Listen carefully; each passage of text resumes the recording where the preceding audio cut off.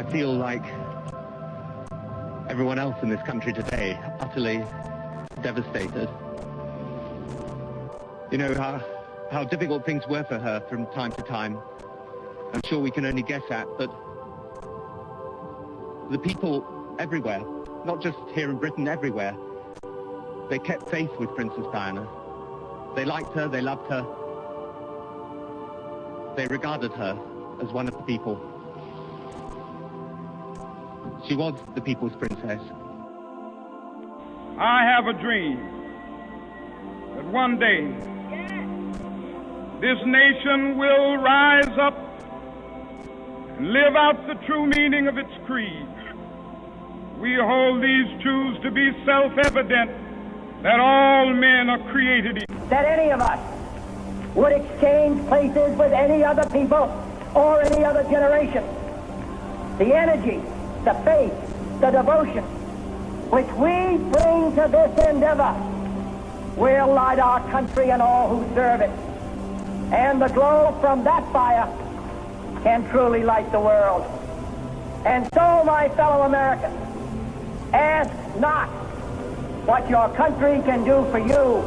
Ask what you can do for your country. We copy you down, Eagle. Houston, Tranquility Base here. The Eagle has landed. Roger, Tranquility. We copy you on the ground. You got a bunch of guys about to turn blue. We're breathing again. Thanks a lot. That's one small step for man,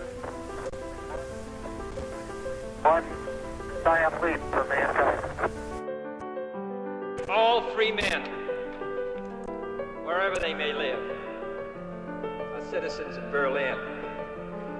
And therefore, as a free man, I take pride in the words, Ich bin ein Berliner. Good evening.